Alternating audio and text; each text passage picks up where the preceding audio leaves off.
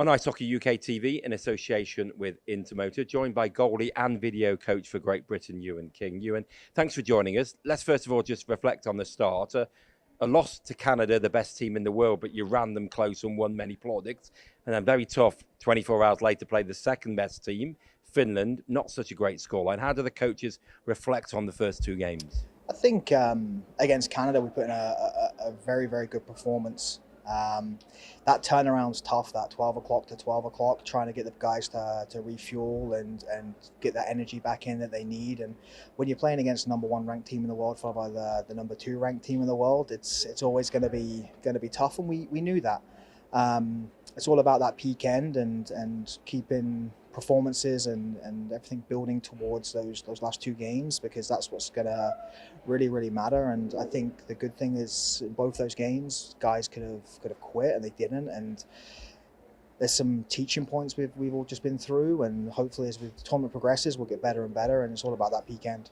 You talk about teaching points you've just been through. You just had a meeting, but it brings me back to what Pete said after the Canada game. And one of the things he was so proud of was the structure and how they followed the game plan.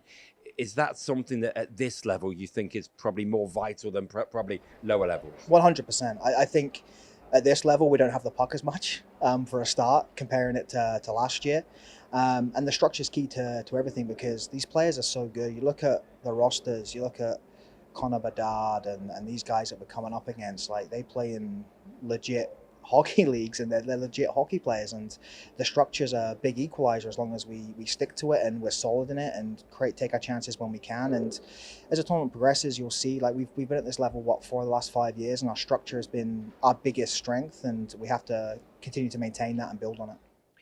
Also, it's one thing important, a result like 8-0, it could demoralise guys, but you know that these boys have been through it before and they've found a way to move on and brush it behind. Again, is that A, important, and B, it feels like the squad have that ethos that they don't let these things phase them? 100%. I think guys know what to expect against these teams. Obviously, you don't want results like yesterday, but there's no down about it. It's okay, how do we get better at this? What can we do to negate some of these goals that have gone in, and how can we be better in our structure? And the biggest thing I think with this team, and ever since I've been involved, is the guys don't quit. They're thirsty for information, they're thirsty to get better every single day. And I've never been involved in anything in my life where guys take such pride in wearing the jersey, and I think that goes a long way. Like, guys pick each other up and push each other to be better every day, and they don't let anyone get down themselves. And as I said, it's all about that peak end and pushing towards that. It's a changing dressing room, though, isn't it? Jonathan Phillips has moved on, Matthew Myers has moved on, but there's younger players who are coming to their first tournament. But it seems what's interesting is that ethos is quickly instilled, and I guess that's credit to A, the experienced players, but B, the younger players for straight away buying into it. 100%. I think the biggest thing is the culture of this group and this national team, and that comes from the top. That comes from Pete, and that comes from Andy Buxton, and everyone that's involved with that. There's a very big culture here, and if guys don't buy into the culture, then I don't think they last very long in this situation. And what this group does really well with the leaders is they hold everyone to account towards the structure in the room, and anyone that comes in, they learn pretty quick that this is the way that we do things, and this is the way you're expected to carry yourself and act. And I just think the culture is something special. How important, moving on to netminders, you as a goalie coach, you've got now two goalies really pushing each other. The way that Jackson Whistle ended the season clearly was the number one for Belfast. Ben Bounds has been number one for Cardiff for many years now. The fact that the two of them are pushing it makes it, I guess, difficult for the coaching staff to choose who should play a game, but it's also a great position to be in, isn't it?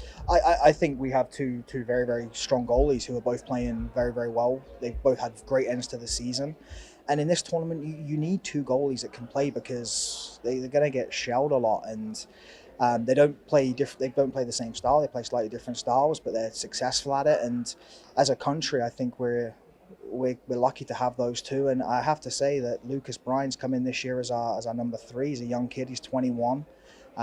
He's really bought into being part of this group. He's asking questions, and actually you can see the improvement that he's made over these last 3 weeks being part of the program and being around the guys. And I think we're in a really good spot with all three, and we have confidence in all three if we need to use them, and it's a good place to be, I think.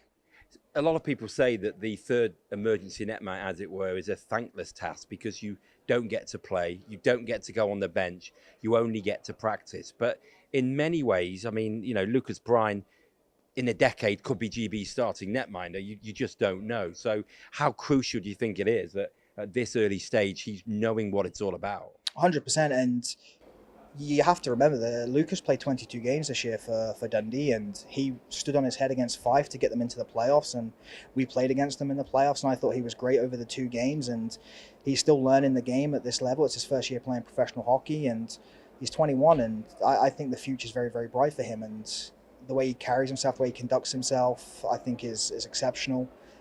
His work ethic is exceptional. And you say like it's a thankless task for the third goalie. It really is, because you're the one that's out early, you're the one that's off the ice last. You're taking one-timers, like you're out there skating when no one else is skating, and he just does it with a smile on his face. And you can just see how happy he is to be involved in this and how much he's pushing himself. And I think he's got a very bright future. Just before we finish, just want to talk a bit about your role. You obviously say you're the goalie coach. We say the video coach, but obviously I know from watching you at tournaments, you know, the game's on, you're rushing upstairs to the video point. Just explain, you know, how crucial that role it is. You know, you're watching the game but tagging things, and how the relationship is between you and the bench during a game. What, you know, give us an overview of what might happen. Yeah, so I sit behind the bench. I have about 15 different camera angles for challenges. Which is provided by HF, as well as live tagging the game on our own system, as well as sending the clips down to the bench for them to see as well. So I have an earpiece in directly to Chuck Weber, so we can communicate back and forth. I can show them stuff on the bench on one screen, another screen, and it's kind of funny because we come to these tournaments and I always laugh because, for instance, we play Canada. I look over and there's 4 people in that video area doing the same job as I'm trying to do at the same time. So a bit of octopus man, but it just makes life easier for everybody because as soon as the game's finished, we can review the game straight away. Everything is tagged and categorized. In between periods when we come down, we can review stuff straight away with a video. And like, for instance, against Finland, we were able to bring up some clips to show the guys in the intermission and stuff like that. And I think video is key because video doesn't lie. And I'm a geek. I love hockey. I watch a lot of hockey. So working with these guys is fantastic. Obviously, I work with Pete all year in Cardiff, and we have a really good relationship on that type of thing, and putting clips together and creating presentations, and Corey and Chuck the same. So I think to be in this role, you have to be a bit of a geek. So, yeah.